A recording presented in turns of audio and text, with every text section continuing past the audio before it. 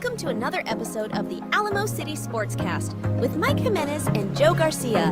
Make sure to subscribe and hit that like button. Join the discussion as we broadcast live from beautiful West San Antonio. And remember to tip your hosts as it helps the show grow. What's going on, San Antonio? What's going on, South Texas? This is the Alamo City Sportscast coming at you from the beautiful Alamo City, home of the Riverwalk and home of the UTSA Roadrunners. I was at a UTSA baseball game yesterday as they took on the Texas State Bobcats. My name is Mike Jimenez. Joe Garcia is today's producer. Joe, what's going on, my man? How you doing today? Doing good, man. You know, I'm even better now that I finally got the chat to work the way I want. Nice. So the comments won't disappear. They'll stay there, and as we get new ones, they start feeding in. But we got a lot to get into today. We got everything from NBA talk, Yeah. a little bit of Spurs talk. We got the NBA draft lottery coming up here. It's about 11 days away now. It is, and I was noticing yesterday when I was watching the NBA playoffs and seeing what teams are still remaining, they all have a common denominator. Oh, what is that? They all have a good point guard. Not only a good point guard, they all have great point guards. And all of this nonsense that we've been hearing for the past year and a half from Spurs fans on Spurs Twitter about positionless basketball. Point guards don't matter. Jeremy Sohan can be point guard. Look who's left in the playoffs. Yeah, but So we're going to break that down. we got the Spurs, though, man. What did they say? We like the team we have. like the team we got, man. We like the team we got.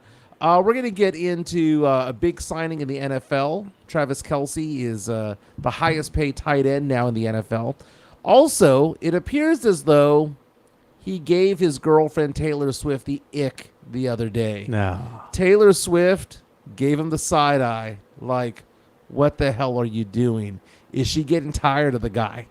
Maybe. Maybe we'll dive into that in a little bit. Isn't that the Taylor thing, though? You go ahead and have the little fling, and then it fizzles out. It fizzles out, but I think they're still going strong. I just think that she needs to rein him in a little bit. No, you know what it is, Mike. It's the honeymoon phase is starting to die down. That's it. Now she's starting to get annoyed by the dude. That is it, man. That is it. You can take part in the show if you want to be part of our YouTube stream. Lots of people already in the chats. We have Charlie Hernandez. We got Chris M., Sith, Jonathan C., all in the house already. Thank you for being part of this show, and thank you for hitting the like button. Thank you also for tipping the dealer, if you will, because we accept tips around here. You can buy us a coffee. Keeps the show going, keeps the show active. But, last night I was at the UTSA Texas State baseball game. And a couple of things about that. First of all, I had never been to a UTSA baseball game before. Really? But I had a couple of friends who wanted to go, and they invited me to go. And I was the first one to show up. So I get there. God. I was the first one of my friends to get there. That means you got to buy drinks first? Yes. Well, I didn't realize that there is a nice track and like a walking facility that they have there at UTSA campus. So I got out there and I did a 2.5 mile walk while I was there waiting for my friends to show up. And I was reaching out to a friend of mine, my friend Monica, and I was showing her photos of the track and the soccer fields and all that they have going on over there. And I don't know if it's open to the public or not, but I'm alumni. So if they give me crap, I'm like, hey, I can go down there. I'm paying for my daughter's tuition. Exactly. So that being said, I'm walking around having a great old time, and my friend Monica asked me the question, what are you doing there, though? Like, what's going on? I said, well, UTSA baseball is about to play Texas State, and we wanted to watch the game. And she says, Michael, I didn't even realize they had baseball. Yeah. On top of that, people reached out to me because as I was posting this on Twitter, photos of the game, they were like, is this on campus? Do they have a baseball field on campus? So keep in mind, the big dog when it comes to UTSA sports is football, right? Football. They play at the Alamo Dome. They get between 17 and 25,000 fans per game. Sometimes it jumps over 30 if a big name comes in. But still not loud enough for Michael Still Jimenez. not loud enough for me. You go to this, but understand, why is it so big that they play football there? Well, first of all, they're part of the AAC, the American Athletic Conference. Yeah. But not only is it the football team, but it's the basketball team and the baseball team. The basketball team plays at the Convocation Center at UTSA, which is ancient. Yeah. It's a dump. And it was old when I was there, and I graduated in 2001. When was it built? Dude, this thing probably was built in the 70s, man. It is bad. Old. But then you go to the baseball field. The baseball field is a death trap. Okay? Picture this. When I go watch baseball games, I go to watch the Wolf Stadium, go watch the Missions go play, right? Yeah. Well, things have gotten better there now. They have Well, the no, net and it's everything. great. You know. But you cannot get hit with a foul ball unless Yeah. you're hitting, unless you're sitting somewhere behind the outfield, third base line, Yeah, first base line, way out there by the way out there. sign. Yeah. Because they have tall netting Yeah. all the way through. Dude, the netting over at the UTSA baseball game is worse than a little league park. I've seen it, dude. It only extends maybe 50 feet. I mean, the netting is non-existent, and there's no stands out there. There's probably stands out there that's like a little league park of about, I guess it could seat maybe 600 people, maybe 600 seats. Everyone else brings their lawn chairs or sits in the grass along the first base or third base side, and it's very intimate. It has the feelings of a really good little league game. Yeah, exactly. But this is AAC baseball. This is a UTSA Roadrunner baseball team that is currently in second place in that conference right now. This is a UTSA baseball team that just 2 weeks ago played Texas A&M, who's the number one team, the unanimous number one team in college baseball. Yeah. Went to Kyle Field and lost 6-5. This is a good baseball team that might make a Yeah. run at the College World Series. But they're might in the make shadow the tournament. of the UTSA nice facility that they have there. Right, because UTSA plays in the Alamo Dome, which Yeah. seats 60,000 people. The Convocation Center, which, like you said, is ancient. Ancient, Perfect yeah. word to describe it. But the baseball field, dude. Small. I go to Northwest Little League to watch my kid play. They have one around the It's- corner right here. Yeah. It's a high school stadium, dude. It's a high school stadium, essentially. Dude, when I go to Paul Taylor Fieldhouse, 410 and Culebra to go watch games over there, it has the same vibe. Yeah. In fact, I would say that facility is better than UTSA's baseball facility. The one that's around the corner is better. Yeah. How is UTSA getting all these good players, though? Because, again, UTSA has a good baseball team. They got a good team, man. But the thing is that all the love and all the money is being pumped into the football program right now, and it doesn't seem like enough is trickling down to the other programs. I mean, some of this, like the field itself, it needs an update. You know, Right. it's old, just like the Convocation Center. But all the money is being put into the facilities for UTSA as far as the athletic programs and all that for the football team. Because you've seen the nice new building they have out there where they work out and rehab and whatnot. But it doesn't seem like nothing else gets the same love. It's not like UTSA has to pump a lot of money into the Alamo Dome because that's No, city and county it's owned. leased. You know? That's the thing. But last night they took on Texas State, was down 5-0 in the second inning, came back to win 11-9. A grand slam, got it going midway through the game. UTSA with the victory yesterday, and again they're in second place right now. And if you take a look at the standings right now, think about that, man. They are new to this conference, and they're doing well right now. And this is this isn't Big 12. This isn't, what was the Pac-12 or the Big 10, but still, it's pretty damn good. Right now, UTSA in second place. I'm thinking about it, and I think I want to go watch this even more. UTSA with a 12-6 record in conference, 26-18 overall. The only team that is above them right now is East Carolina. Let me ask a question. What was the price of admission? $10 if you paid by card, $7 with cash. It's not bad. Hot dogs were about $5. Beers were about $5 or $6. It was a cheap night. It Yeah. was a cheap night. I got a bottle of water for $3. I mean, come on. You go to the UTSA football game. A Jeez. bottle of water is like $9, right? A beer, cheap beer's like what, $15? Chris Gonzalez, which is out and says, and don't forget UTSA baseball back in March was whooping up on some ACC ass out there. But I mean, they played Texas A&M and almost took them out, man. Almost took them out in Kyle Field in that area. 6-5 they lost. It's a good team, dude. It's a good team. Gotta tell you, gotta support the Roadrunners. The Roadrunners will play again here in San Antonio the 3rd, 4th, and 5th of May, taking on Wichita State. They also host a 3-game homestand the 10th, 11th, and 12th against South Florida. Then they have a home game against Incarnate Word. Then they go on the road to end the regular season at Florida Atlantic. Pretty cool, man. Pretty Hey, cool. man. They beat Baylor. I'm looking at their schedule. They beat Baylor Baylor. 9-7. They're beating good teams. Well, shout out to UTSA baseball, man. That's right, baby. Maybe we should get behind that more, too, instead of just shining the light just on UTSA football. I wonder if we could get maybe one of the guys there that's playing. Yeah. To kind of get an interview. Paul Contu reached out and saying, did I get my Jeff Curry tickets after all? I did, man. Thank you so much for the promo code. Had no idea, man, because Jeff Curry is one of my favorite comedians, and he's really big on Facebook, on the Reels and TikTok and Instagram and all that stuff. He's going to be performing at the Tobin Center in October. Paul reached out to me. Actually, he posted the fact that he got tickets, so I went on to the Tobin Center to try to buy them, but they weren't available that day. You had to have like some sort of promo code. Yeah. I went in there, got 4 tickets. Who am I going with? I don't know. I just got 4 tickets. Just bought them. I'm just buying stuff, dude. I am now newly single. I got nothing to do. Travel. But Let's go travel. I was in New Orleans last weekend watching the Killers. Going back. Now I'm going back on Friday. Going to be back at Jazz Fest in New Orleans on Friday. How drunk are we talking this weekend? Dude, I'm not, man.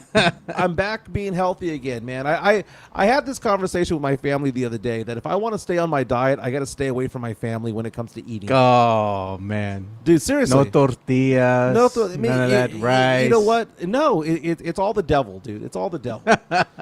Getting back in it, dude. I'm slimming down again, dude. I'm the elevator's going down right now. My weight's going down. It's getting back to where it should be. And it's difficult, man, because sometimes when you're with family, they want to go have big meals.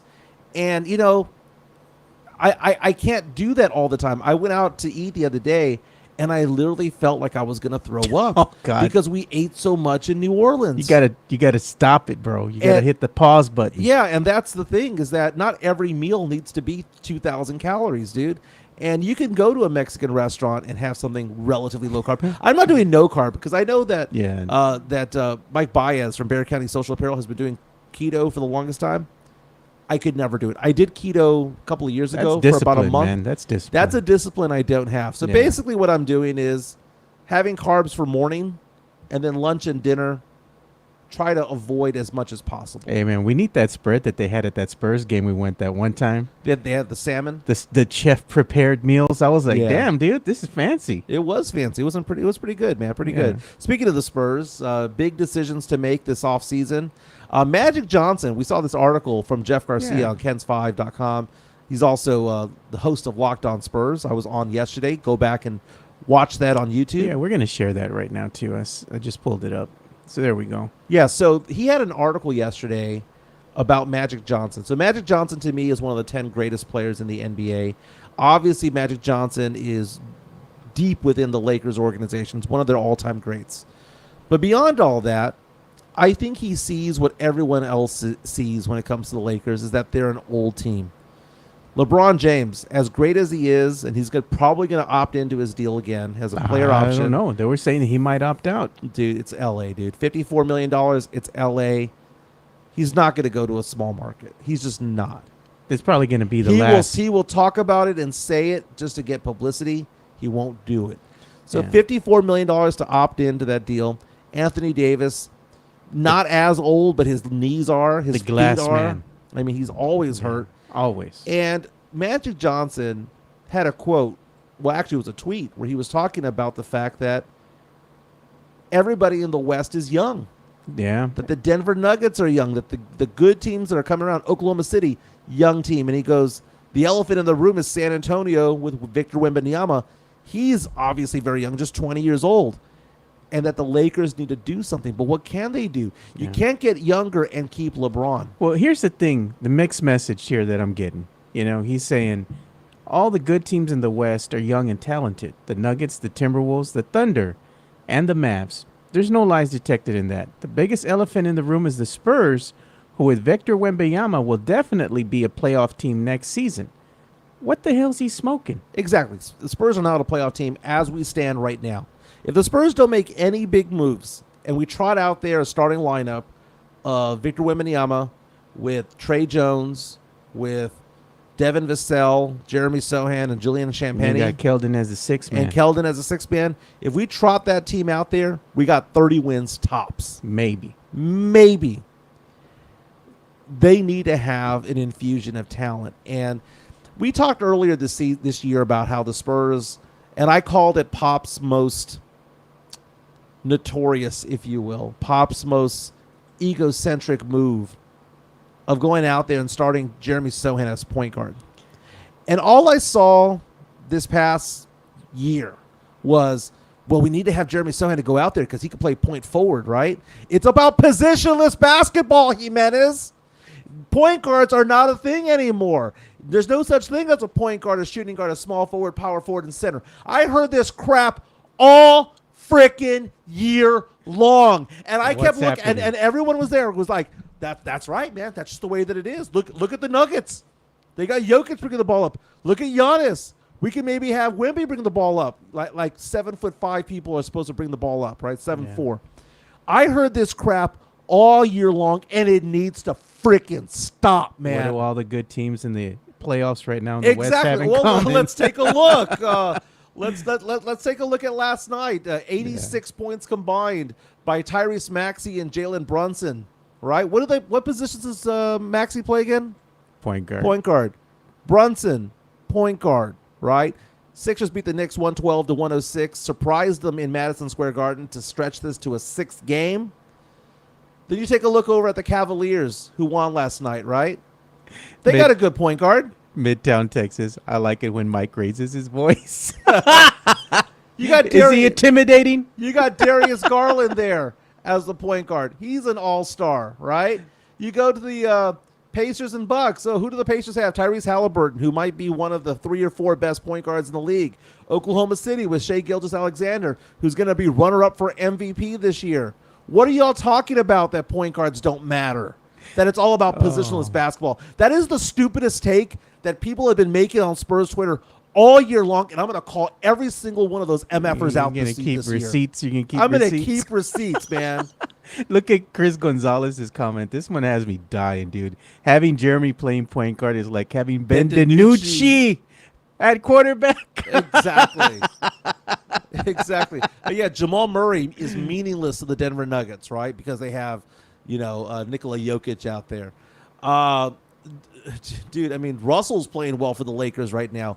Point guards matter, dude. They matter in basketball. The elite teams have it. It's like in football, you need a running game and a strong defense and a competent quarterback, right? Yeah. In the NBA, you need a superstar and a very good point guard to make noise. And you need some bucket getters, man. People can shoot the ball. The Spurs have 5 championship rings, right? 4 of them were won with Tony Parker as point guard. 4 of them, right? So you're telling me that Tim Duncan, as great as he was, if he did not have a Hall of Fame point guard with him, he wasn't going to get 5 rings. You can go back and look at the highlights to see just how good Tony was, and he was underappreciated. Good God, man. It's so stupid. So stupid. Oh, and the Mavericks, by the way, they have kind of like 2 point guards. Kyrie and Luka Doncic. I mean, they're both combo guards, but they have the point mentality. Man, but Kyrie, dude, he has like the best handles in the league right now, man. That guy can dribble the shit out of the ball. Dude, let's get this whole positionless basketball nonsense out. You need a floor general. Oh, no, you can't say that, man, because Spurs Twitter, it'll stand on that hill and tell you. We need 5 guys who are 6'7". Trey Jones is that guy, dude. Yeah, so then that goes into the Trey Jones talk. It's funny because I was talking to Jeff Garcia from Locked On Spurs and Ken's 5. I was his guest on Locked On Spurs yesterday. You can watch that episode on YouTube or check it out on Spotify or go follow Jeff Garcia at Jeff G Spurs Zone on Twitter. And he was like, well, who was the most improved player? I was like, well, the most improved player to me last year was probably Trey Jones. I like that other comment. But it doesn't mean that I want him as my starting point guard. What did that one listener say yesterday? Who was the most improved player? None of them. None of the above. Eshawn reaches out and says, the Sohan experiment should have never happened. Totally messed up his element until he got back into his element. Weird thing is that he shot better as a point guard than he did as a forward. Tex-Mex Frank coming at us with a $5 super chat says, Buenos dias, gentlemen. Names for the podcast listeners, Alamo City alumni or Los Hermanos de Edgar. The Edgars. You know what? I don't like it, but I don't hate it. Oh, God. Really? No, Are we going to call ourselves the Edgars? No, bro. No.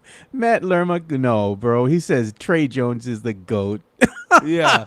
I know he's playing. Matt He's Lerner, I'm playing. calling you out, my man. You were positionless basketball. Eric Salinas was the one that was captain of that train. Oh, yeah. But on Spurs Twitter. But it's funny, man, because the cream of the crop right now, what's rising to the top is point guard play. And it doesn't matter if it's, somebody who's a shooting point guard or a passing point guard first.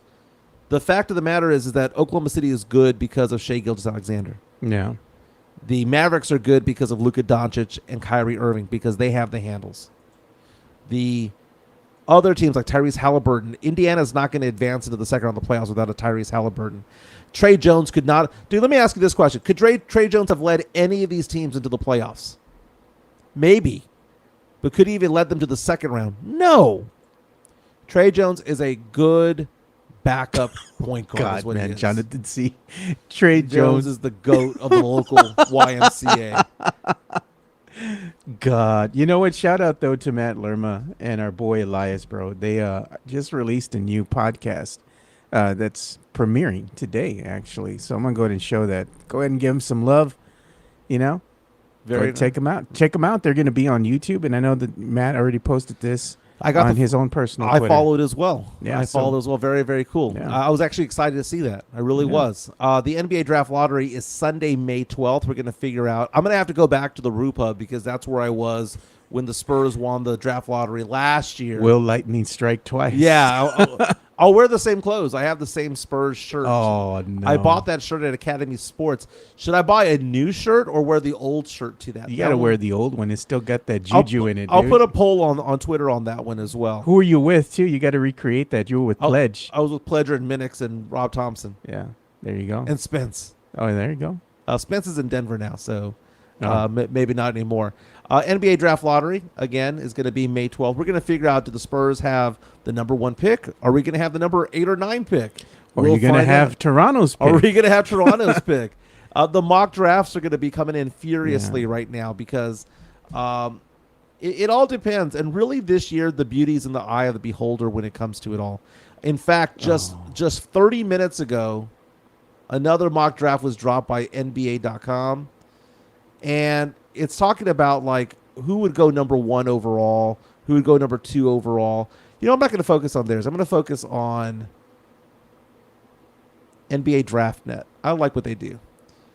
They believe that Zachary Rissarche, small forward out of France, would go number 1 overall if Detroit had it. And if Washington was at number 2, I do not believe this, though. Cody Williams at 2. That seems kind of high. A lot of the mocks out there have him going around 8 to 10. But again, beauty's in the eye of the beholder. His brother's a stud for Oklahoma City. Maybe, just maybe.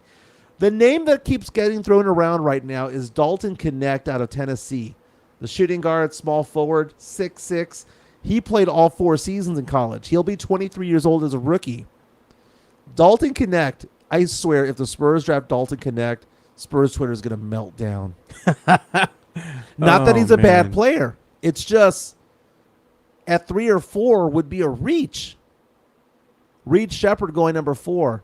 Dude, if the Spurs got Alexander Sarr at number 5, which is what NBA DraftNet says. That's what a lot of Spurs fans want. Yeah.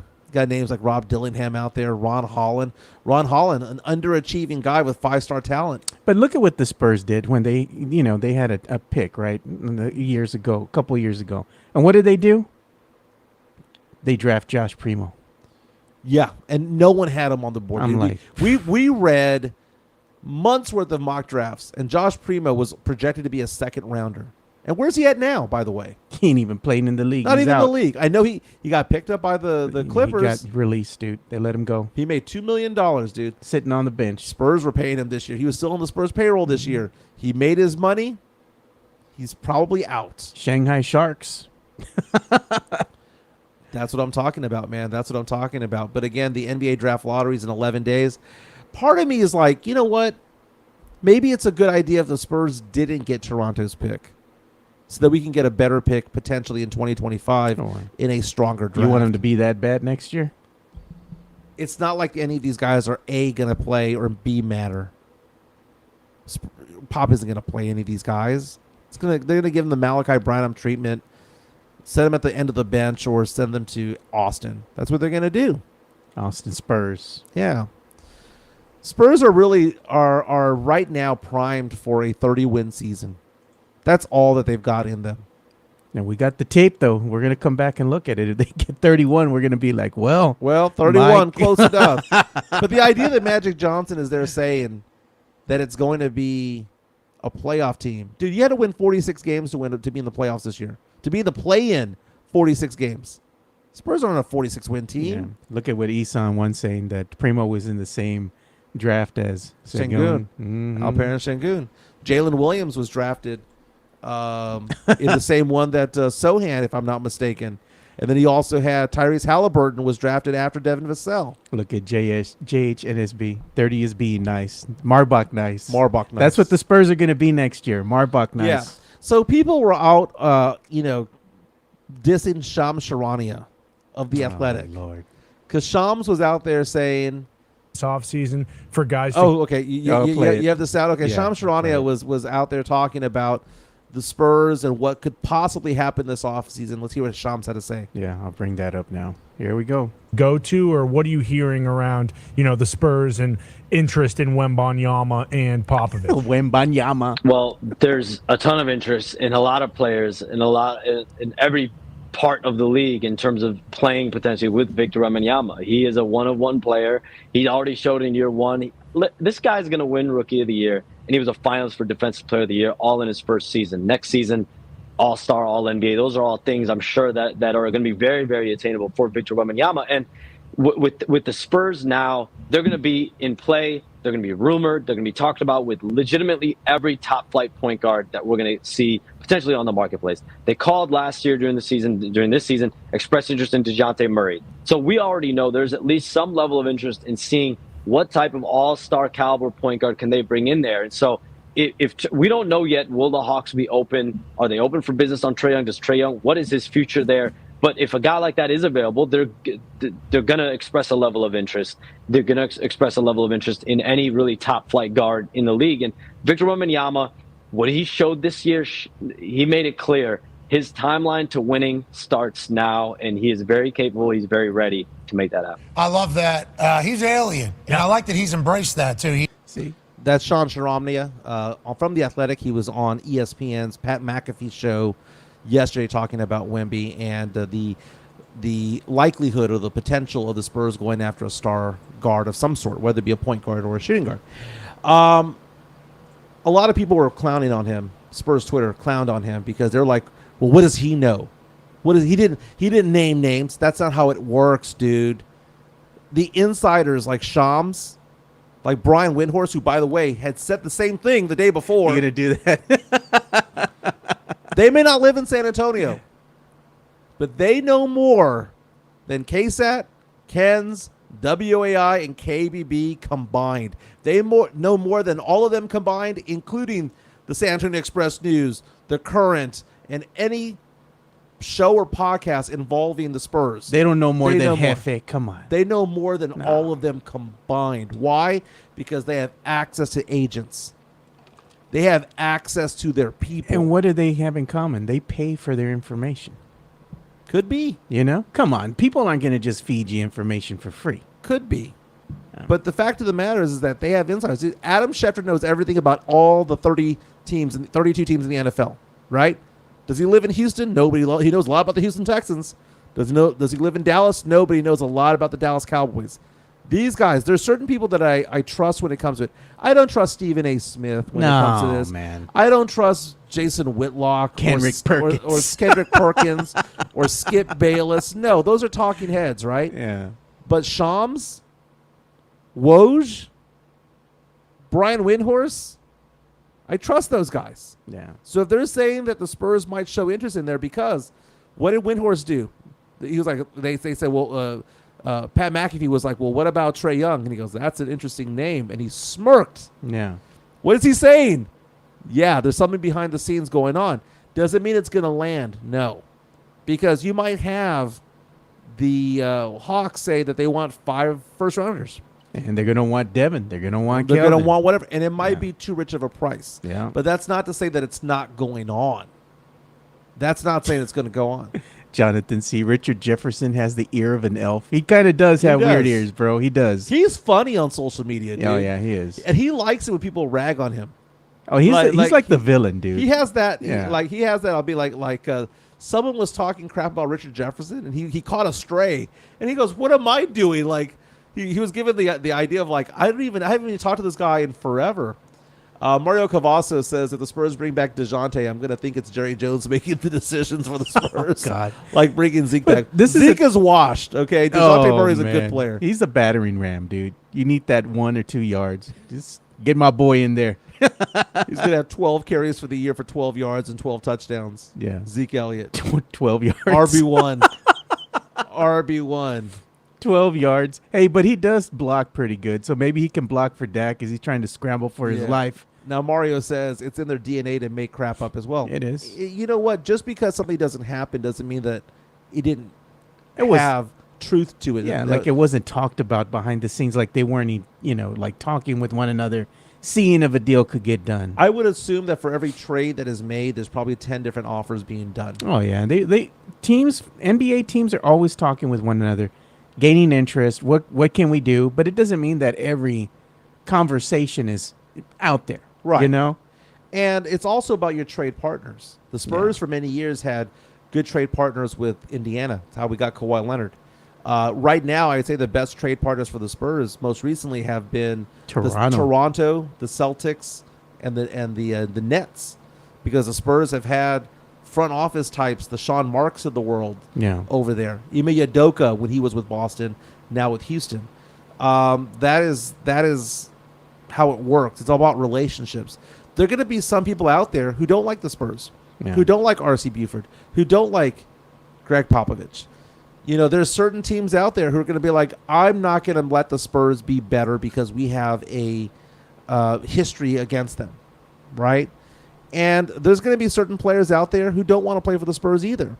I was watching a TikTok the other day, and I don't know if it was a new one or not, but it was Vernon Maxwell. Oh, yeah. Okay, so Vernon Maxwell was talking about, I want to say it was Vernon Maxwell. That is that, let me see, what years did he play? Vernon Maxwell, he played for, I think it was the Houston Rockets for a number of years, and then I believe he came here for the Spurs for a season or so. Right. There was, I want to say it was Vernon Maxwell, but he was talking about playing in San Antonio and how it's, I don't want to, it probably wasn't Vernon now that I think about it, but it was a former player who was talking about the fact that it was difficult to play in San Antonio because he didn't like it here. He didn't like being around Pop.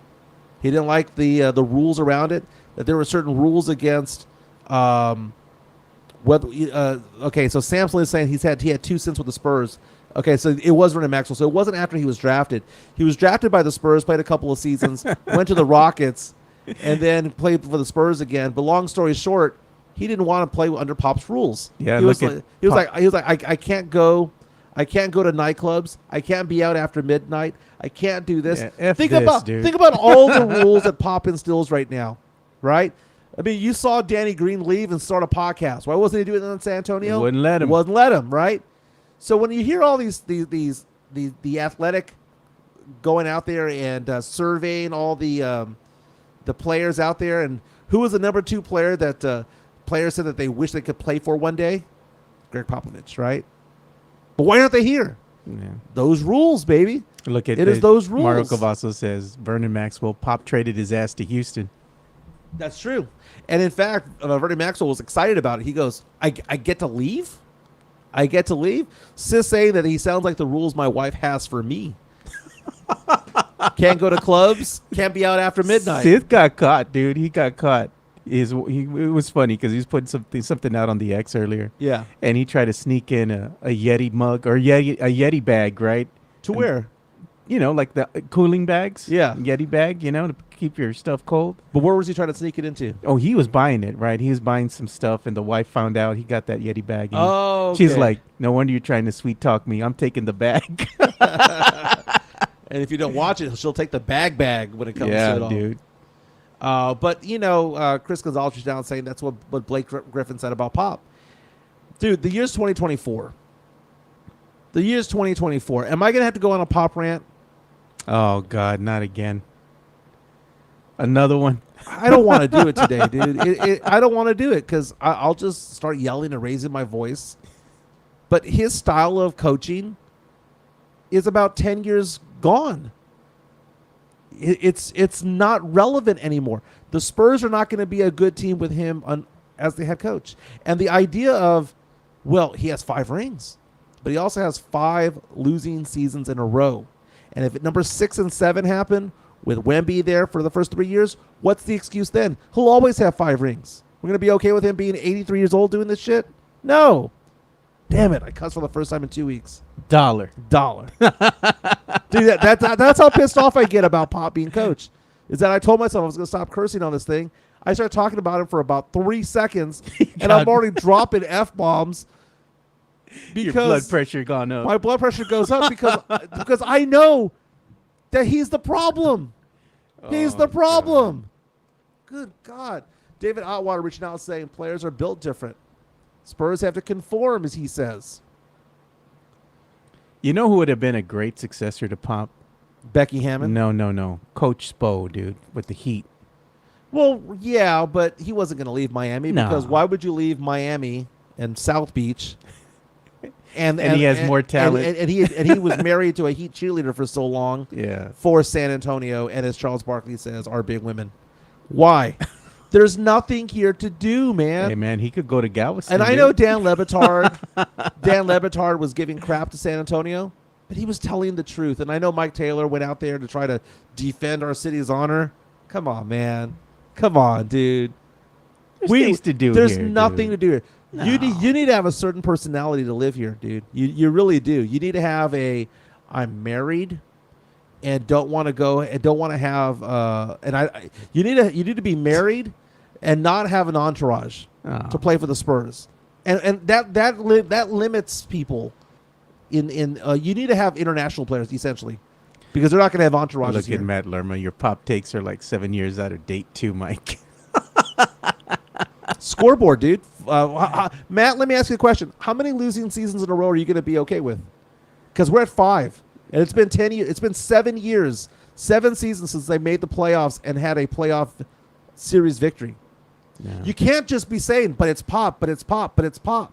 You can't just say that anymore. That's not an answer. The evidence is there. They were 22-60, followed by 22-60. Yeah, the evidence is there. The last time the Spurs were in the playoffs, I think there was LaMarcus Aldridge was on the roster, and it was a first-round exit. And I remember going to that game because I went with my oldest son, and we were just enjoying the game, and we're like, hey, this is going to probably be the end of Manu and everybody else. You know, they're going to decide to probably hang it up here already. And sure enough, man, but it was nice to at least experience the last hurrah, the last gasp. Yeah. And then that was all she wrote. And after that, it was just Shitsville. John C. saying replace Pop with Brett Brown.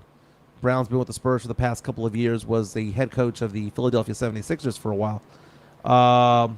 Assistant coach for the Spurs, 99, 03, 05, 07. So he's part of the Pop coaching tree. He is, I mean, come on, man. We'd go from a 75-year-old coach to a 64-year-old coach if that was the case. Yeah. Sam Salinas says he was watching that Miami game and the thought occurred to him that maybe Spoel's time in Miami is up. Then he thought about him coming here to San Antonio. Mm-hmm. Kind of, I think everybody would think about it, but he's locked in. No one's coming, dude. No, I'm saying they think about it, but he's not leaving, dude. He's going to stay in Miami.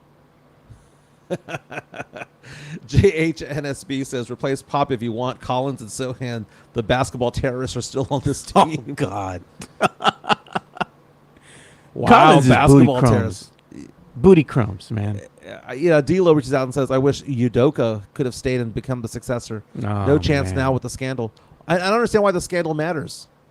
We had Tony Parker on this team. Jeez, bro. What Tony Parker was doing with Brent Barry's wife back in the day was scandalous enough. Yeah, man. I mean, Ime Udoka. I mean, think about all the good coaches that have gone away from San Antonio that could have been a successor. Yeah, but the thing with Ume is that it came out, right, because in today's time. But how much of this crap was actually going on at any given time in the NBA back in the day? Why is my blood pressure up? I mean, Why is my blood pressure up? I wouldn't say no to Ume. Bring him back. Hey, who's Bill Belichick, the head coach of right now in the NFL? No one. No one. They don't even want him. Doesn't that say? And who has Greg Popovich been compared to in the NFL? Bill Belichick. You know what was funny? Because if Greg Popovich was to leave the NBA, Spurs would get rid of him. You know how many job offers he would get? You know what was funny though? Somebody had called, I believe it was Robert Kraft, to ask him, "What do you think about Belichick? You know, like what was the relationship and all that there as coach?" And there was another NFL team that was interviewing him, and they're like, he let him know flat out. You know, didn't really care for Belichick. You know, so and Belichick didn't get the job. It's because they're old, man, and it's old mentality. You can't teach an old dog new tricks, dude. That saying is around for a reason. This is like watching. Oh man, I wasn't even planning on talking about Pop, dude. No. But I'm just so tired of watching him coach, man. Oh, like man. you know, at some point there needs to be accountability, and the idea that Pop can sit there and waste Wemby's rookie season, and it'd be okay with half the Spurs fan base, more than half the Spurs fan base, 2/3 of the fan base saying, "Well, it's okay because in Pop we trust." It is the dumbest, stupidest take I have ever heard in Pop we trust. Because Tim Duncan isn't walking through that door. Damn. He isn't. And we don't have a Tony Parker. We might have a Duncan in the sense that we have Wemby, but we don't have a Tony Parker. We have what? An undersized, inconsistent point guard. We got a Devin Vassell, who I like a lot, who's oftentimes injured. We have a super inconsistent power forward in Jeremy Sohan. We have Zach Collins, who has a 2-inch vertical. Booty crumbs, bro. We have Julian Champagny starting at small forward on this team. No, man, that is not it. And even if we did get a big star, are we going to allow them to be stars here? I will say this though: Wemby did show some flair this year. You know, now he has the big promotions for Dolce & Gabbana or whoever he has it with. No. Louis Vuitton. Louis Vuitton. Sorry, my bad. But my God, man. Look at we need this team to be in the 21st century. Look at JH's SNB saying the roster is the issue, then blame the coach. They're one and the same. I'm not gonna say what Jonathan said. By the way, I'm not gonna say that because someone's gonna clip it. That's why we put the chat up now. You know, because some of these comments are wild, dude. But you know what? There's something to be, we got to talk about here. Let's talk a little bit about what happened yesterday in the NBA, specifically in the playoffs, man. We had some great games that happened yesterday. And one of the good games that I was watching was that Sixers and Knicks game, dude. That game went into overtime. And the Sixers bested the Knicks, dude. 112 to 106. They're alive still. Point guard play, man. And the offense that the Sixers had there, because Knick fans invaded that stadium there in Philadelphia. They went over there, the Wells Fargo Center, and invaded. You saw literally half the crowd were Knick fans out there. Yeah, Fat Joe was in the crowd too, man. And they were chanting Embiid sucks. They were chanting MVP for Jalen Brunson in someone else's arena in a playoff game. Yeah. So disrespectful. Hey, it happens here in San Antonio when the Lakers descend on the city. And for the Sixers to go into New York against a hot team like the Knicks and go, we ain't going to go out like that. Okay? Like Cypress Hill. We ain't going out. We ain't going out like that. Yeah. We ain't going out. I'm going back to the mid-'90s with that song. Bro. No, but they went out there and went into overtime. Maxey is such a good player, dude. And Maxey is a restricted free agent this year. That guy, people are going to have to throw 30, 40 million, 50 million at that guy. And the Sixers are going to do whatever they can to keep him. But when you do that, you have to lose talent elsewhere. Tobias Harris more than likely will be that guy. But it's an exciting series. Joel Embiid has shown that he's kind of a piece of trash, man. He's a dirty player. Yeah, but he's not 100 though. He shouldn't even be out there. He's on the not court. 100, but he's dirty, man. Have you seen what he's doing? He's forearm getting shivers, hitting Brunson in the head. He's getting frustrated because he's not mobile. He doesn't have no lateral movement right now. Yeah, he's just not. He's just a shell of a player. So, I mean, he shouldn't be out there, but they want him out there because they want to win so bad. Future Spur Tobias Harris yesterday with 19 points on 7 of 11 shooting. Who's he better at than right now on this Spurs roster? Who would you replace him with? You'd replace Sohan with him. With Tobias Harris? Or at least Champagny. Okay. Plays forward. I mean, you could probably move him into the 3. Tobias Harris, though, 6'8", 226. The guy can shoot. He's a good player. And he's not going to be super duper expensive either. He'll make a decent salary, but he's not going to be super duper expensive. But this is a guy that averaged 17 points per game this year, 35% from 3, 88% from the free throw line, 7 rebounds, 3 assists. He's a good player. I mean, he's a solid veteran presence because that's what we need. There you go. Yeah. Maxey, though, is so good, man. He is so good. Tonight, playoffs continue in the NBA. We got 2 games. We got the Celtics trying to take out the Heat in Boston, 3 games to 1. And then we have the rubber match between the Clippers and Mavericks. Series tied at 2 apiece. That's the late game. It's funny. Paul George doesn't need Kawhi. They get in each other's way. Yeah, no, they do, man. That doesn't work. And lo and behold, what happened? They made an announcement. He's injured again. He's not going to play. And Kawhi is just one of these guys that you're paying so much money for. And for what? He's always missing games, and then when you bring him back on the team, when you need him to, really show up the most in the playoffs, the guy goes MIA. Oh, I'm hurt again. I got inflammation in my knee. And while you have guys out there with one leg, like Joel Embiid, dirty player that he is right now, he's still out there playing with this team. Come on, Kawhi. Let's talk about the NFL. Zeke Elliott is officially back with the Dallas Cowboys. The deal's 1 year, can make up to $3 million. Okay, so they got him on the cheap, man. They got him on the cheap, but it's still kind of funny out there. Other big signing yesterday was Travis Kelce signing a 2-year extension with the Kansas City Chiefs, making him the highest paid tight end in the NFL. Darren Waller was the highest paid at $17 million. Kelsey's going to make a little bit more than $17 million per year. He's got to make that money because it looks like Taylor getting tired of him. Yeah, so if you can show my screen real fast, this is a great headline on TMZ. It says Taylor Swift roasts Travis Kelce over catchphrase ... according to lip reader. So, if you remember back when the Chiefs won the Super Bowl back in February of this year, on the podium with the Super Bowl trophy, the Lombardi trophy in hand, the game was being played in Vegas. Yeah. Travis Kelce does the Viva Las Vegas. Viva Las Vegas. He did that whole thing. Everyone cheered, and Taylor Swift kind of just rolled her eyes. This past weekend, Travis Kelce is at a Patrick Mahomes charity fundraiser in Las Vegas.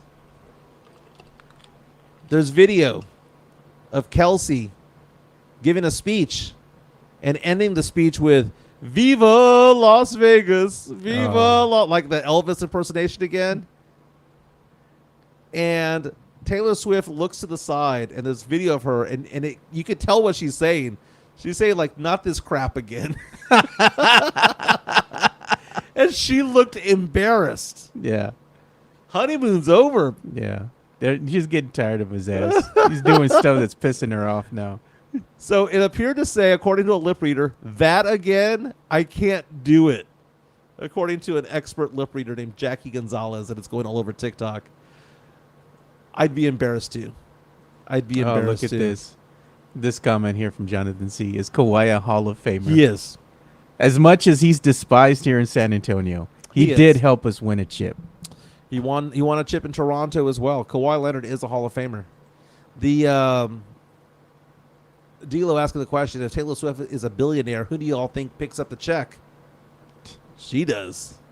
Oh, come on, dude. Travis is like, I got it. Because he wants to keep her. I like how he improved his home. He had like a decent house that was in a residential neighborhood. But because it was a residential neighborhood and people could just drive up to it when she was there, he ends up buying this mansion down, a couple of miles away. Changed his life, man. Oh, look, we got $2 tip from Jonathan C. A tip not to talk Taylor from all of us. We weren't talking Taylor. We were talking Travis Kelce. I was embarrassed for him during the Super Bowl. Oh, God. Gilbert by the Travis Kelce, dude. 2 more years of Travis Kelce. You know what? Jeez. Do what I respect. He had this streak of 1,000-yard seasons, and he decided on the last game of the season he only needed 1 catch or 14 yards to get that streak going. He was like, nah, man, I'm good. I need to rest. Yeah. My body needs to rest. I don't even want to dress up for this game. He didn't dress up, was rested for the playoffs. They won the Super Bowl. Yeah, we are going to talk about some NBA breaking news here about NBA on NBC making a return here. They're making a big play. So we'll come back and talk about that after we hear a few words from our boy, Jeff Garcia of Locked On Spurs. Locked On Spurs is your daily Spurs podcast, hosted by Jeff Garcia, the lead Spurs writer for Ken's 5 San Antonio. Jeff has a healthy plethora of guests all the time on the Locked On Spurs podcast. You can also follow Jeff on Threads at JeffG10s5SA. You can also follow Jeff on Twitter at JeffGSpursZone. So make sure you go ahead and give Jeff a follow not only on Threads and Twitter, but also on YouTube at youtube.com/@LockedOnSpurs. This is where you're going to be able to find the replay of the Locked On Spurs podcast. Make sure to like, subscribe, and share. Again, at Jeff G Spurs Zone on Twitter. I'm thinking about it. Why haven't they released the voting for Defensive Player of the Year? They're still waiting. They're still waiting to go ahead and have the official unveil. Right. Because I think it's we're already in we're going to be going into the semifinals, right? Right. With some of these other teams But that they're are still battling, But right? they're delaying it because last year Defensive Player of the Year was named like the 17th or 18th of April. We're now at May 1. And they still haven't done it. They had they named the coaching Yeah. coach of the year. Oklahoma City's coach was by far the winner. Orlando's coach was number 2. Chris Finch of Minnesota was number 3. Mazzulla of Boston, number 4. Daganot, I believe is his name, for Oklahoma City, won it. I'm looking to see all the vote tallies here. Where is Greg Popovich? Oh, God. He didn't get 1 vote. Didn't get 1 vote. Just double checking. Just wanted to double check. Dude, what kind of meltdown is San Antonio going to have when Wemby does not get Defensive Player of the Year? We'll see, man. What happens with him? But, I mean, you're already looking at some of the votes that came in. I think he only had like maybe 3 votes out of the whole lot. Yeah. You know, I mean, it was going to be a unanimous decision. It looks like across the board to go ahead and have Rudy Gobert named Defensive Player of the Year. And it's simply because Gobert is the veteran. That's simply put, because when The Athletic released their survey of NBA players, and the NBA players, I believe like over 15% said that it was Victor Wembanyama, that was the deal. And I think that if The Athletic had posted that before voting was allowed, Wemby could have won. Because I think the voters would have taken notice of that and said, well, wait a minute, what are we missing here if that's what the players believe? Yeah. Well, let's get into some of this talk here, because this is something that I saw that's really interesting. And I saw this been hearing rumors about this for a while. So both NBA and Amazon have been wanting to make plays to get in to the NBA basketball realm, right? Mm-hmm. So you see the way things are starting to, I guess, move forward with the streaming now. You know, everybody's going to streaming versus having cable and whatnot, the cord cutters. So NBC is preparing a $2.5 billion package to annually air NBA games in an attempt to squeeze out Turner Sports. If this actually goes through, that means that TNT will no longer be home for these NBA games. They'll go ahead and jump ship and go back to NBA, where they can put the NBA on NBC, that amazing jingle, the best. Is it? Yeah, that was fire, bro. But the thing is, if they do that, that means that inside the NBA will be moving from TNT over to NBC now. Do you know who did the theme song to NBC Sports, NBA basketball? Who did that? It was John Tesh, formerly of Entertainment Tonight. He's a keyboardist, he's a musician. There's a story that was done of John Tesh where he was talking about creating the song, that it came to his head. And he called his answering machine, and he played the answering machine. He called the answering machine and said, "Hey, it's me," talking to himself, and he goes, "I got an idea." He sang it to himself on a answering machine, so that when he got back home from vacation or wherever he was, it was there for him. Yeah. By the way, someone reached out and says, "Did I realize that 2 of our baddie bracket finalists?" I did see that. We're going to talk about that. So we'll go ahead and put that up here on as well. I'm going to bring it up on the screen now. There you go. I had it already ready to go on my So you're telling Twitter me profile. that there's going to be a movie with Sydney Sweeney and Ana de Armas, a thriller named Eden. Okay, first of all, both of them made what? They made the Elite Eight? Yeah, the high brackets. So Ana de Armas made the Elite Eight, and we had Sydney Sweeney, who was the runner-up to Salma Hayek. Here's the thing. They're not good actresses. They're not bad actresses. They're just decent. I thought Sydney Sweeney did a fantastic job on Saturday Night Live. Ana de Armas has had a couple of decent roles. I mean, Sydney Sweeney has also been nominated for awards for White Lotus, which was a good show. Yeah. But she played a character that didn't seem like it took a lot of effort to play. How much nudity is going to be in this movie? Because both of these ladies get naked in everything that they're in. I don't know, man. It's going to be like one of those 80s movies, dude. It's going to be like the 2020s version of Porky's. God, dude. Where every guy's going to have a copy of this movie. You know what's funny? You're just talking about 80s movies. And I asked my wife because she used to have to watch like these obscure movies because her and her family would always get the rent the videos and rent the VCRs back in the day from Pop and Go. So one of our listeners had put an old obscure 80s movie. He's like, the 80s were different, bro. And they had this obscure movie called Angel. And it says, high school student by day, escort by night. I'm like, what? What am I watching?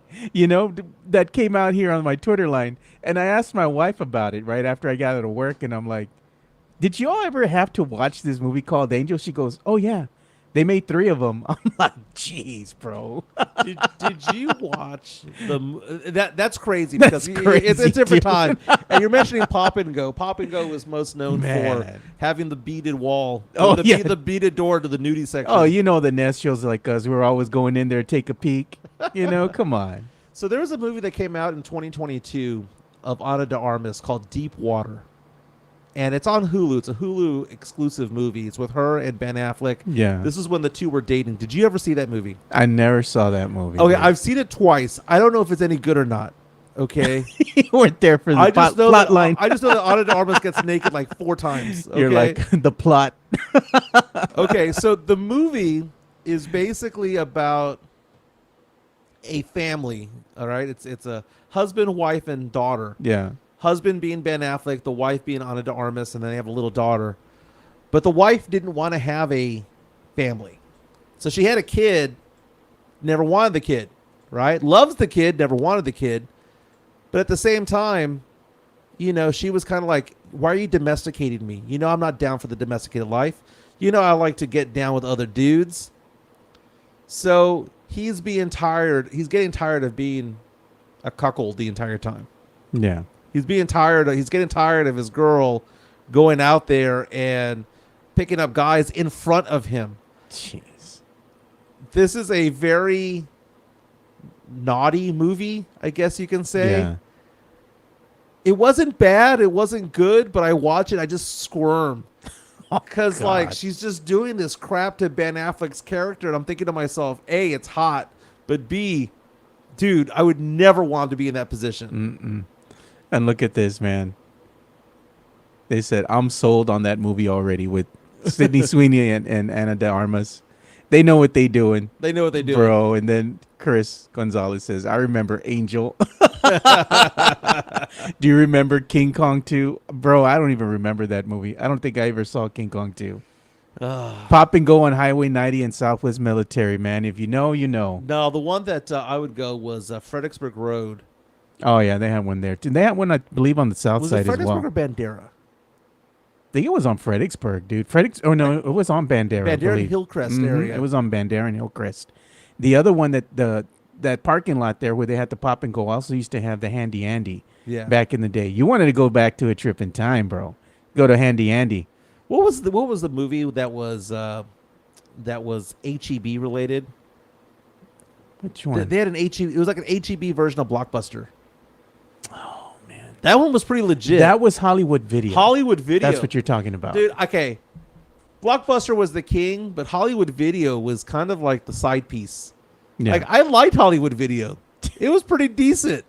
Hollywood Video was good. I used to go back in the day because they had several locations. They had one that was out there on Military, where I used to frequent because I grew up on that side of town. Yeah. On the south side of town, because I had a lot of family. My grandmother and everybody lived over there, so we would always go down there. Go to the groceries there because that was the only grocery store near us at the time. We'd go to the HEB out there on Military, and right away I would go with my mom on Friday.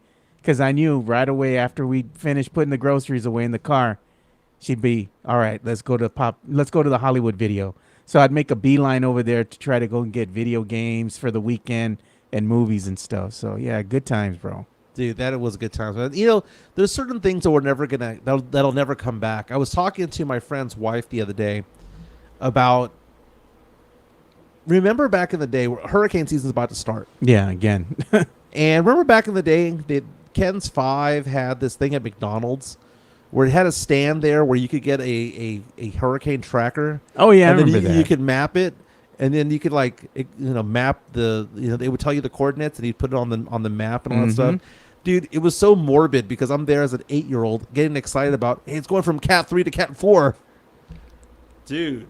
Not thinking about really what's happening. What's going to be going down, but hurricane season's going to be coming up pretty soon. It's a hot water, dude. Tex-Mex Franks. That's what we said, dude. He says, y'all tell the truth. Y'all will go to the movie place that had the closet in the back with the cochino movies. That was Pop and Go, bro. No, you had to get They had some other You had to ones. get the 4 movies, but put that one somewhere in the middle. Like, how did that get in there? Handy Andy, man, those were the days. I'm telling you, dude. Handy Andy was like, that was it, dude. The only Handy Andy I remember was on the west side. There was one on West Commerce rather, that we would sometimes go to. Jeez. There was I grew up with Kroger and La Fiesta. Man. Oh man, La Fiesta, dude. La Fiesta is like, you really want to roll the dice? That meat over there, when you go into the meat section at La Fiesta, Yeah. has a certain odor, bro. You know? And if the same thing happens like with the meat markets here as well, like you go in there, I mean, you're going to go ahead and look and see how fresh is this really, you know? So I'm taking a look right now at the box office because I saw an article earlier today talking about the fact that there's no good movies this year, and like blockbuster movies. Where the What are you blockbuster talking movies about, go? man? In the sense that there's no Oppenheimer, there's no Barbie. You hated Oppenheimer, dude. Right, but what I'm saying is that there is yet to. What's been the blockbuster this year? What's been the blockbuster movie this year? We're already halfway through the year. Yeah. I mean, there was no Top Gun Maverick. Like, the movies are dead right now. We're gonna get excited about Deadpool and Despicable Me. I mean, You know what was funny? My wife hated that Godzilla movie. Yeah. That the new one that came out. Godzilla and Kong, the New Empire. Me and my son loved Godzilla movies. So we saw that as soon as it came out. And for her work yesterday, their treat was going to the Palladium to go watch a movie, right? yeah. So she's in there with all these other nurses and stuff, right? They go in to see Godzilla, and she's like, damn. She fell asleep, bro. Says like they got their food and everything. They ate, it was like a lunch kind of thing.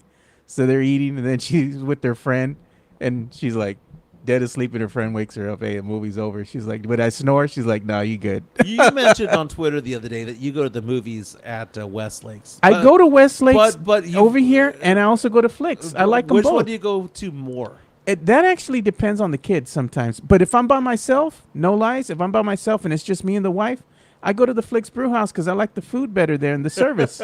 But if the kids are with me, they like going over here to the Santikos Westlakes. Why? They like the arcade. We go to the arcade. They like going to the arcade and spending my money. Dude, brutal, man. Brutal. There's nothing wrong with the Westlakes Theater, man. It's nice.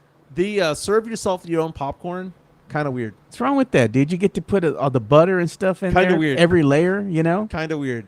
Mix in some Reese's with the popcorn. That's bad. Oh yeah, people were talking to me about Dude. this last week about how I said that no one buys a pickle at the theater. Come on, I can Mike. go stand in that line for an hour. Not one pickle is going to be sold. It's the same 12 that have been bobbing up and down for the last like 3 years over there. No one buys pickles at the movies, man. Look at this one. Man, this is funny, dude. Puro Pinche Sports.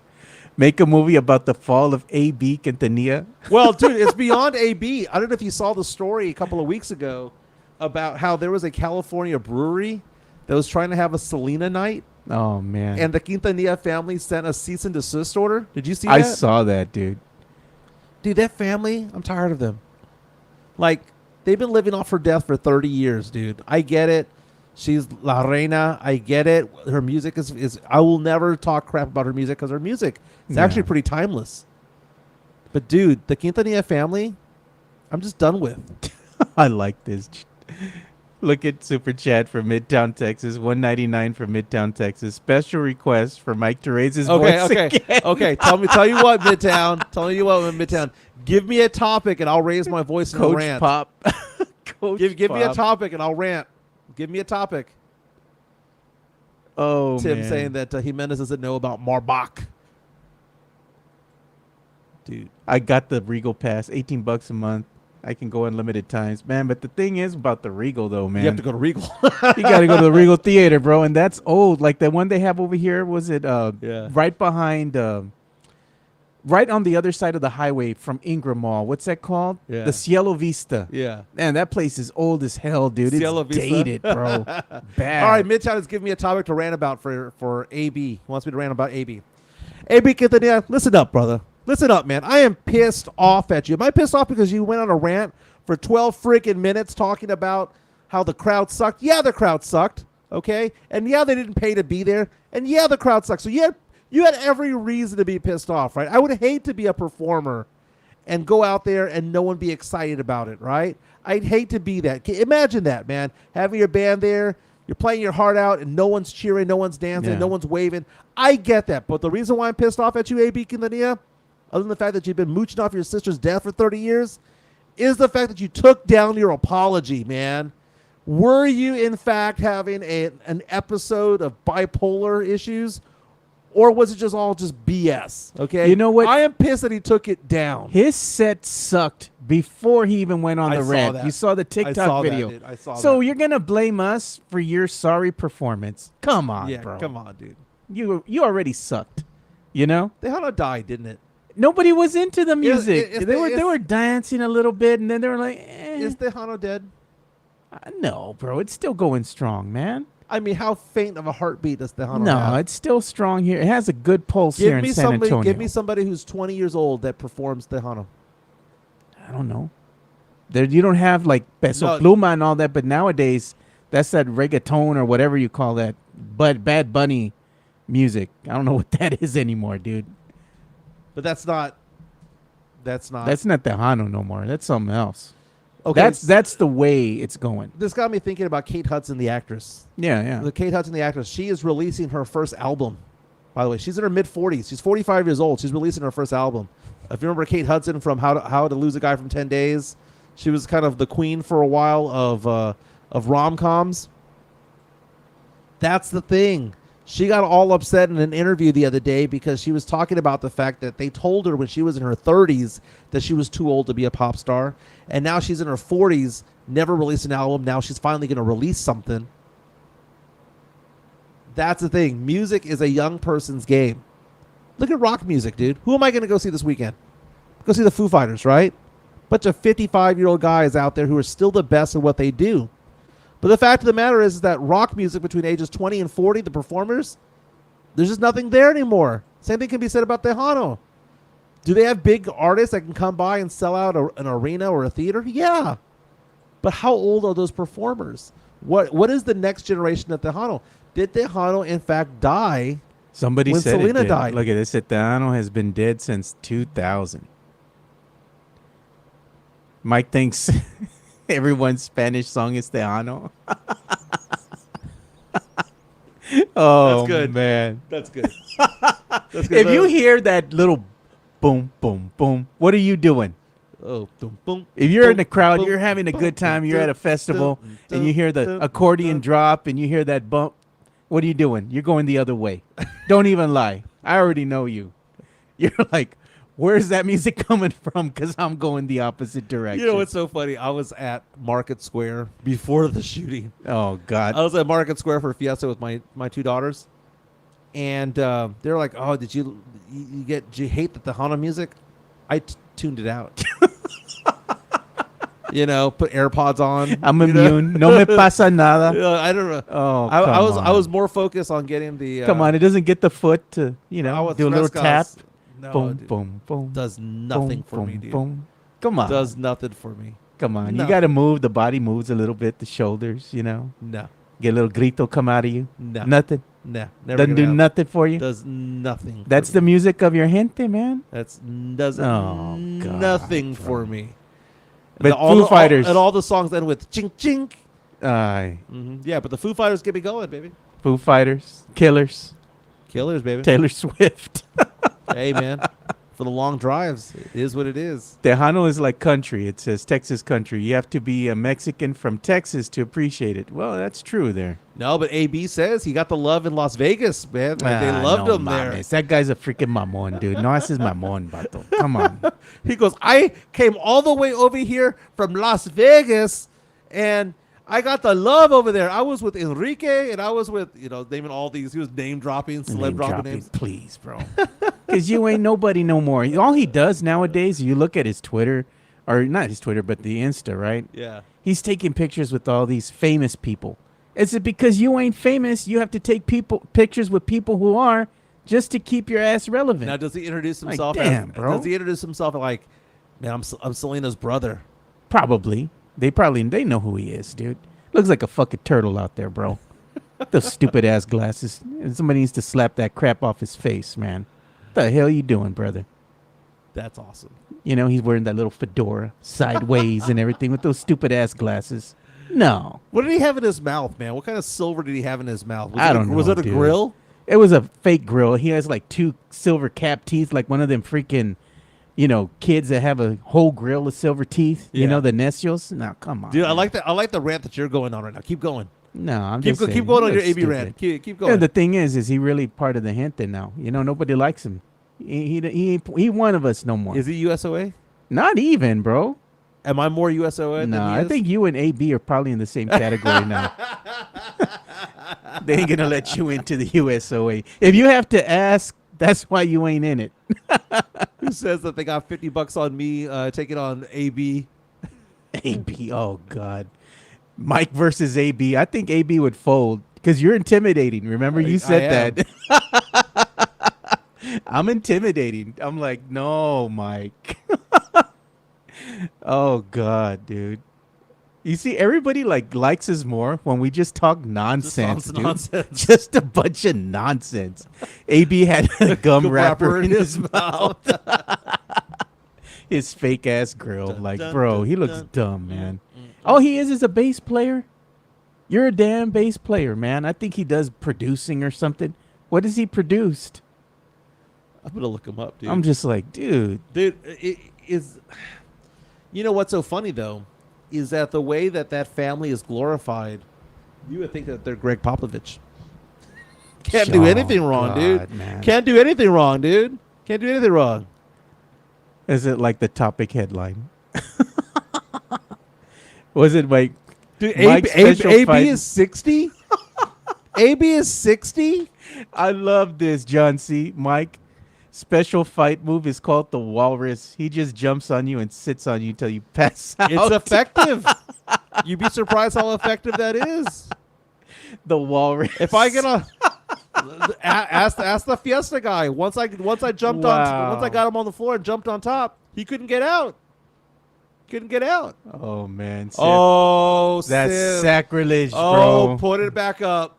Oh man. Sith coming out, and I did not say this. He fell says on his own sword, bro. Selena's music is overplayed respectfully. Sith. Damn. You know Leja's gonna see that later on, Sith. Just letting you know, man. Now let's talk about this real fast. Is there any truth to that, Joe? Any truth to that? Is Selena overplayed? How is it overplayed? It gets the crowd going, dude. It does, man. Everybody loves Selena, man. And that's the thing. I go to my daughter's, when my daughter was in elementary school, they'd have the school dances. They'd play all this pop music, and no one would care. But Selena music would come on.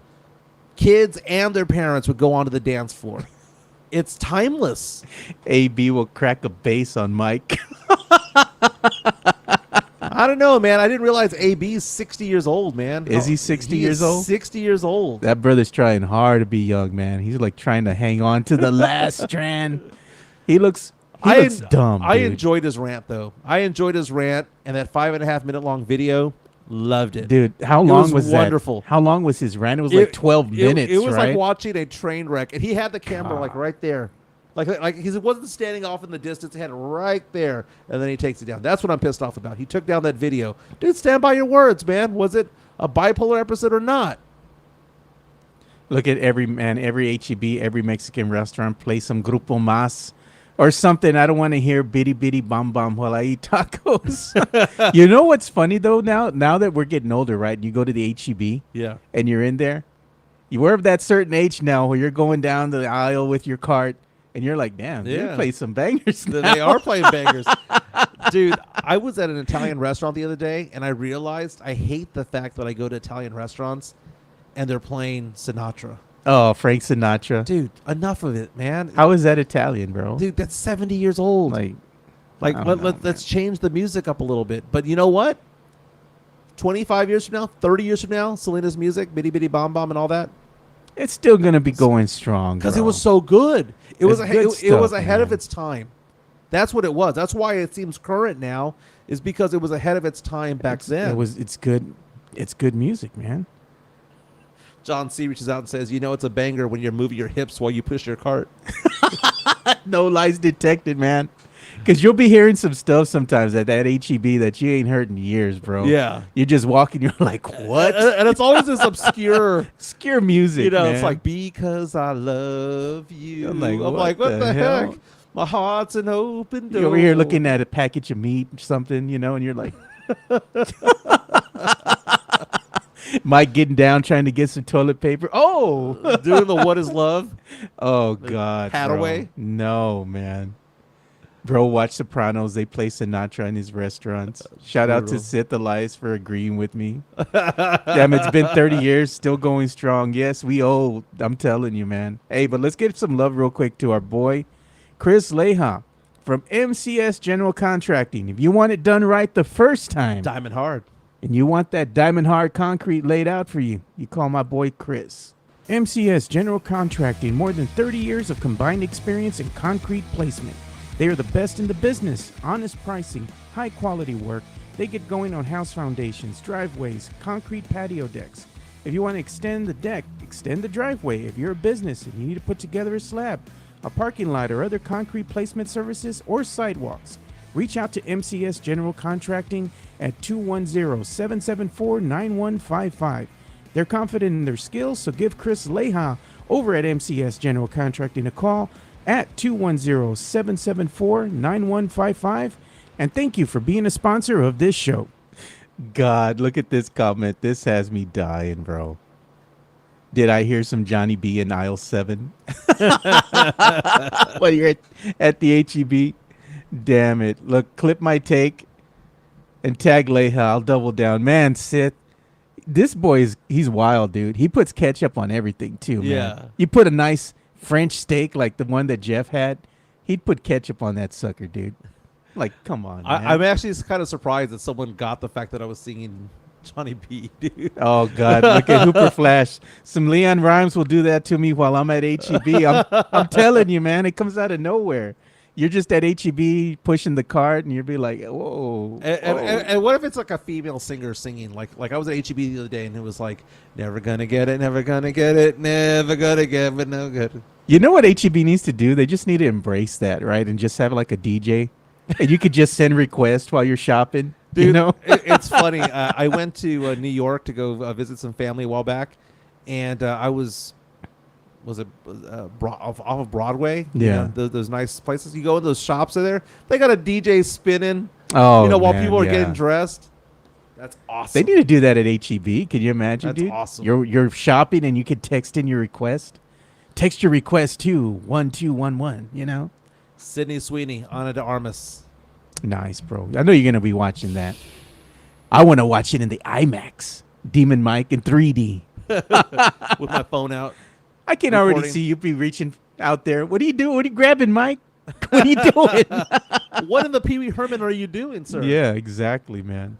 Well, fellas, it is 11:40. Gonna have to call it a day. Hope everyone has a happy hump day. Hit the like button on the way out. Buy us a coffee if you'd like. And subscribe, share it. Again, we are 858. The goal is to get to 1,000 by the end of summer. Let's make it happen. Thank you for all the Eggers watching today. We got to think of a nickname. Dude, they have their Eggers, own theme song now. Did you see that? Jeff Yeah. Garcia put it out. We need a name. You're right. We need a name for man. our people. Maybe we'll talk about it when we're on lunch on Thursday. We have to think about some names, some Yeah. nicknames. What are we going to call our peoples? The Necios? I like the Necios, man, but it needs something like a little punch. Yeah. Needs a punch. Got to think of it. It'll come to us.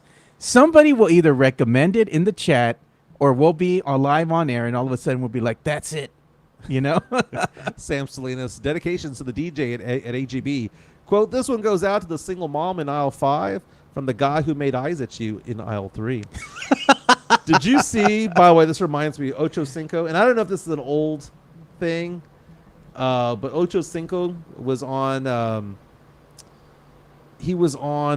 what's that show that he's on with Sharp? Ocho Cinco and Sharp? Yeah. Shannon Sharp? Yeah. You're talking about what is it called? Shay Shay. Club Shay Shay. He was on Club Shay Shay. Ocho Cinco had this whole thing where he was talking about the fact that he only dates single moms. Oh, God, dude. And he goes, single moms have structure. They have, we'll play this tomorrow, dude. Yeah, Remind we me got to about play this. that, man. He was like, they have structure. And he goes, they have Capri Sun when you're done banging them. He wants to be taken care of like a kid, man. Come on. Let's remember that one. We'll put that in. It'll be man. Demon Mike tomorrow when it comes to it. Everyone have a fantastic day. We'll be back tomorrow. This is the Alamo City Sportscast. We appreciate all of you guys. See you tomorrow. Laters.